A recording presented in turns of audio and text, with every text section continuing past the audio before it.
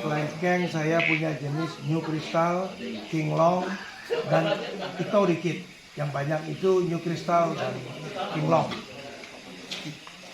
HSE, Health Safety Environment. Ini departemen khusus ini punya manajer sendiri ngurusnya untuk supaya sertifikasi kita tuh berjalan, dan setiap 6 bulan kita diverifikasi, bukan hanya dikasih GAP itu terus kamu mau melakukan apa saja, tidak bisa, harus kita pertanggungjawabkan. Fair aja mungkin kita di petani durian belum mampu sampai ke sana. Itu ini apa namanya? Memang kalau kamu ekspor ke China, Malaysia sendiri baru bisa ekspor buah bulat itu kalau nggak salah 2017 Pak.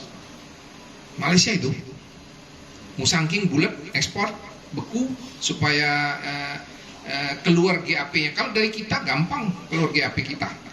Di China-nya mau nggak terima? Belum tentu. Nah, GACC kan.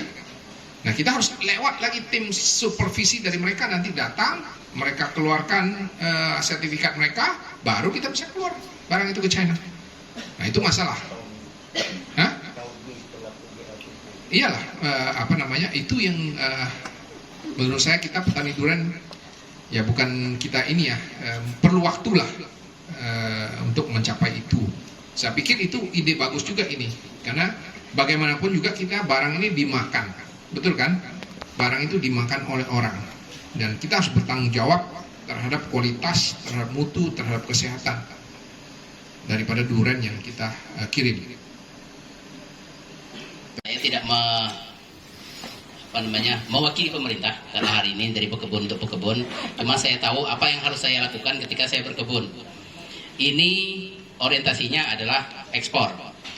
Ketika kita ekspor, kita harus melakukan namanya GAP, Good Agriculture Practice. Jadi budidaya tanaman yang baik, dan itu kebunnya harus diregister. Dan semua perlakuan yang kita lakukan ke tanaman kita catat, tertracking. Sumber air juga kita akan dilihat oleh petugasnya nanti, segala macam lahan dan buahnya mungkin juga akan diuji. Ada namanya BMR, batas minimum residu, dan tiap tujuan negara ekspor BMR-nya itu beda-beda. Kita ingat kasus mie sukses yang ditolak, itu mungkin dari cabenya, bisa jadi dari minyaknya ditolak oleh Korea ya Pak ya, saya lupa. Mie sedap ya, ya makin banyak pestisida makin sedap, itulah makin banyak puradana makin pahit.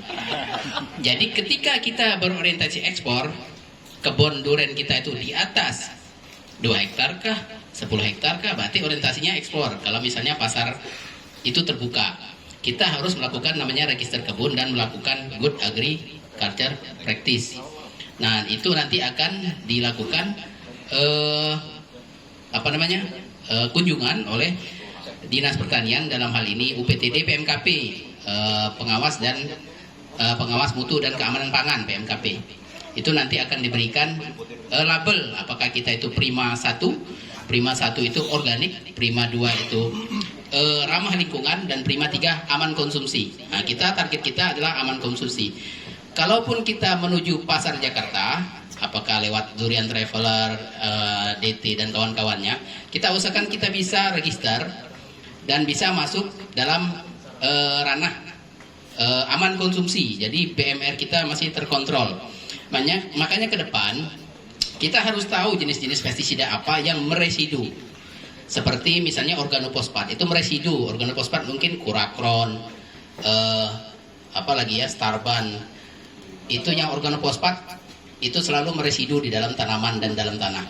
Terus ada lagi yang jenis lain seperti karbamat, puradan, itu dia meresidu. Makanya itu ketika dia diekspor tidak akan lolos. Itu Pak ya. Pertama yang GAP itu adalah masalah register kebun dan dia ada tracking. Jadi ketika ada nomor itu nanti dikasih nomor register oleh UPTD BNKP, baru kita bisa masuk pasar ekspor. Mungkin itu tambahan dari saya. Ya, tanya. Cek residu itu di mana Pak? Cek residu banyak lab di Jakarta ya. Kalau Kami bawa ke Bogor. PBB ya, PBB.